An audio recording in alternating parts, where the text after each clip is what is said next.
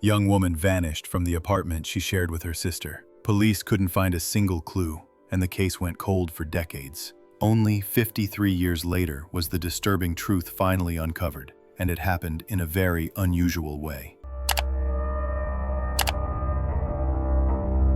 Pamela Dorrington was born on November 23, 1948, in the small American town of Helena, Montana. She grew up in a loving family and had many friends. Those who knew her noted that from a young age, she was responsible and always ready to help. Pamela also loved animals, and her parents bought her a black Labrador. She was an excellent student at her local school and, in her high school years, developed a passion for studying the Russian language.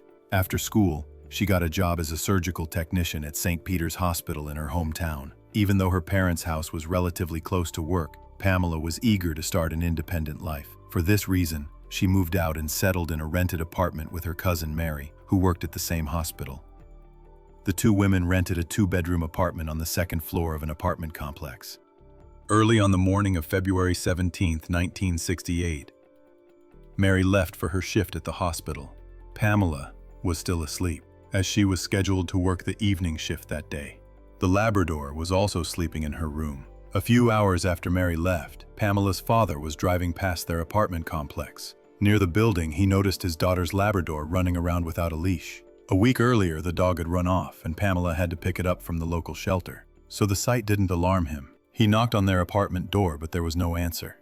Assuming his daughter had already left for work, he took the dog and drove away. At 3 p.m., Pamela was due to start her shift, but she never arrived at the hospital. Her cousin tried calling the landline in the apartment, but no one picked up. When Mary returned home, Pamela wasn't there. Mary and her parents began to worry seriously. Pamela was a very responsible person and would never miss her shift without a compelling reason, especially without notifying her supervisors. Furthermore, if she had planned to go somewhere, she would have definitely told her parents and sister. Another cause for concern was that Pamela's car was still in the apartment complex's parking lot. This fact also made it unlikely that she had gone somewhere on foot for the entire day. The family waited until the next morning and then contacted the police. They filed a missing person report, but officers were in no hurry to start the search. Pamela was 19, and investigators didn't rule out the possibility that she had left home on her own. After inspecting her apartment, detectives found no signs of forced entry or a struggle. Everything looked normal. They asked her sister to look through Pamela's belongings and see if anything was missing. Mary noticed that her coat, a terry cloth robe, her purse, and her winter boots were gone from the apartment. 2 days after Pamela's disappearance, police organized a search operation within a 30-kilometer, about 18-mile, radius of her home. They searched fields, forests, and bodies of water, while volunteers and family members handed out flyers in the city. Patrol officers questioned Pamela's neighbors, colleagues, and acquaintances. None of them had seen her on the day she disappeared or had any idea where she could have gone. Her supervisor at the hospital mentioned that Pamela was supposed to pick up a $200 paycheck that day, but never showed up. This made it even less likely that she had run away, leaving her earned money behind. In the first few days of the search, police interviewed over 100 people who had any connection to Pamela. Some of them underwent polygraph tests, but this yielded no results. Investigators also found no evidence that the young woman might have left town. With no leads, the police focused all their efforts on the search operation. They expanded the zone to about 31 miles around the city and brought in additional forces. Because many areas were difficult to access on foot or by car, numerous officers on horseback were involved in the search. Speaking to reporters, the sheriff explained that this method was highly effective, as a person on horseback has a better view of the surroundings, and the horse itself can, for example, detect the scent of a body and indicate it with its behavior. The search continued for a whole month but produced no results. Eventually, the sheriff decided to suspend the operation. From that point on, the case effectively stalled, as detectives had no leads whatsoever. In April, 2 months after Pamela's disappearance, something unusual happened. A patrol officer in the city of Great Falls, 140 kilometers, about 87 miles, from Helena, pulled over a car for speeding. He issued a warning to the woman driving and let her go. Later, as he was writing his report at the station, his colleagues noticed a strange detail. The driver's license the woman had shown the officer was issued in the name of Pamela Dorrington. Detectives from Helena asked the patrolman to describe the woman's appearance. Based on his description, it did seem that it could have been her behind the wheel. This news gave new hope to the missing woman's family, but investigators were never able to locate that car or its driver. On June 13th of that same year, almost 4 months after Pamela's disappearance, the sheriff's office received a call. A ranger from the national park, located just a few kilometers from Helena, was walking near the docks on the lake and spotted a human body in the water. Police arrived at the scene and recovered a human torso from the water, roughly from the waist to the knees. It was handed over to experts who began their examination and determined that the remains belonged to a woman aged approximately 17 to 23. Detectives almost immediately hypothesized that the victim was Pamela Dorrington. Along with the torso, they found several items of clothing that resembled things from Pamela's wardrobe. They were shown to her sister and parents, who confirmed that Pamela did have similar items. Medical examiners found several stab wounds on the torso and signs that the woman had been subjected to a violent attack. However, identifying her from the torso alone was impossible. This was all happening 2 decades before DNA analysis became available. The only thing experts could estimate was the approximate time the body had been in the water. In their opinion, it could have been there for about 4 months, which matched the time of Pamela's disappearance. In the following weeks, investigators and divers searched the lake and the adjoining Missouri River, trying to find the missing body parts, but their efforts were unsuccessful. Even though the victim could not be formally identified, the sheriff told reporters that there was a high probability the body belonged to Pamela. Therefore, the police were no longer investigating a missing person case, but a homicide. However, this discovery brought them no closer to the perpetrator, as there were still no leads. From then on, there was no progress in the case. Police told journalists and Pamela's family that they had several suspects, but it was impossible to determine their involvement without any evidence. A year after the homicide, the sheriff contacted a psychologist from Detroit who specialized in particularly heinous crimes. Based on the available information, the psychologist concluded that the perpetrator was a psychopath with dark desires, which were the motive for the act. Given this, it was unlikely he would stop at one victim, and detectives should expect new, similar episodes. The expert also suggested that this person was capable of easily hiding his true nature and leading an ordinary life. None of this information was very helpful to the sheriff, but he had no other leads to follow. The sheriff named one of his suspects to the psychologist and asked for an assessment of whether he could have committed such a crime. However, the expert couldn't make such a determination without more evidence. Pamela was finally laid to rest 7 years after her passing, on June 14, 1975. In all that time, investigators never found the rest of her remains, nor did they get any closer to catching the person responsible. Nevertheless, they continued to explore various possibilities. At one point, detectives even consulted psychics, but the results were, as expected, inconclusive. Then, 15 years after the homicide, in 1983, something interesting happened. The landlord of the apartment that Pamela and Mary rented was convicted of murdering his wife. Back in '68, a man named Brooke Atlas lived on the first floor, directly below their apartment.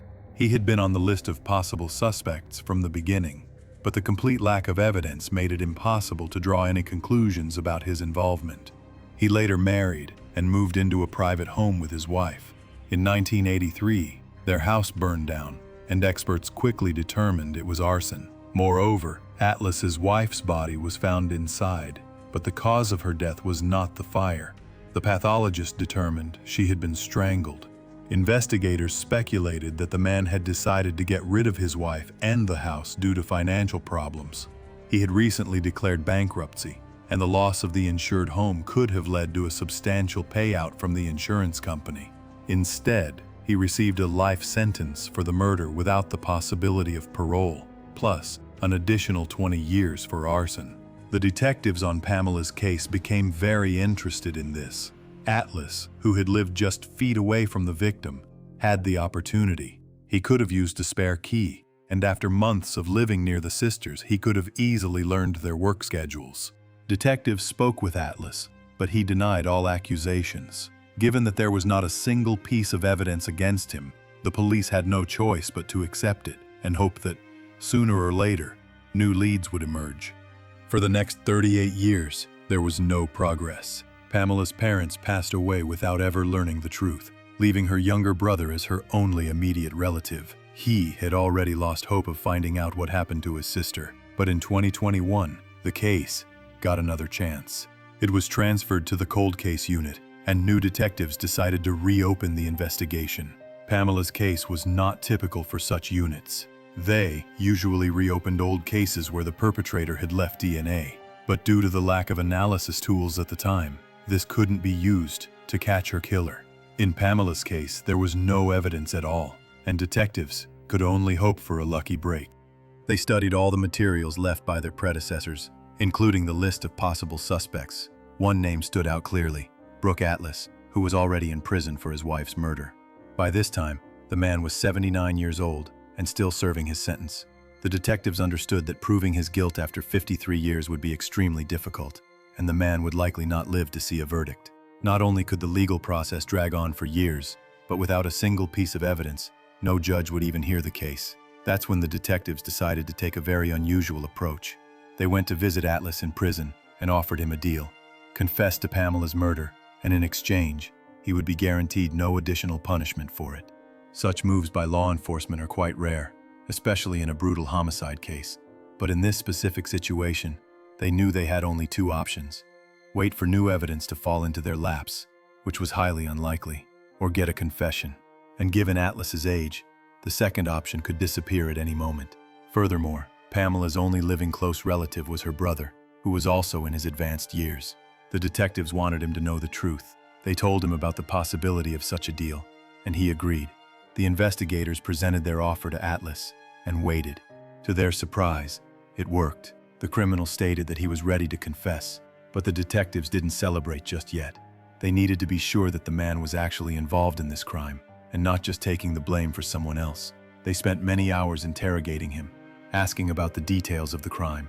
Atlas confessed that he had planned to harm Pamela in advance. After waiting for her sister to leave for work, he went up to their apartment and rang the doorbell. When Pamela opened the door, he told her there was a leak in one of her pipes and that urgent repairs were needed. Pamela, without suspicion, let him in. Once inside, he attacked and strangled her. He then carried her body to his own apartment, where he assaulted her.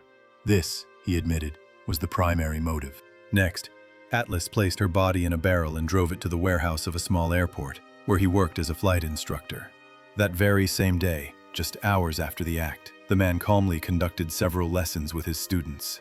The barrel remained at the warehouse for several days, after which Atlas drove it to the bank of the Missouri River, divided the remains, and disposed of them in the water. He also provided police with several facts that had never been made public, details that only the killer could have known. With all this information, the detectives no longer had any doubt that Atlas was telling the truth. After 53 years, they had finally managed to solve the case, even if it meant granting the killer full immunity. Notably, the killer had a specific reason for agreeing to the deal. He claimed that during his time in prison he had found religion and begun to feel remorse. He apologized to Pamela's relatives for what he had done. The psychologist's analysis from Detroit had been remarkably accurate. Atlas had indeed appeared to be a decent person. For a long time he worked as a heavy equipment operator, then began teaching flight lessons and started a family. Only after the murder of his wife did his true nature become clear. The victim's brother thanked the investigators for seeing the case through to the end. He understood that another conviction and an additional life sentence for Atlas would have changed nothing. But, thanks to the detectives, this case was finally closed. Share your opinion in the comments, and don't forget to like this video if you enjoyed it. I also recommend subscribing to our Telegram channel, where we post the most interesting criminal news from around the world every day, uncensored. Thank you for watching.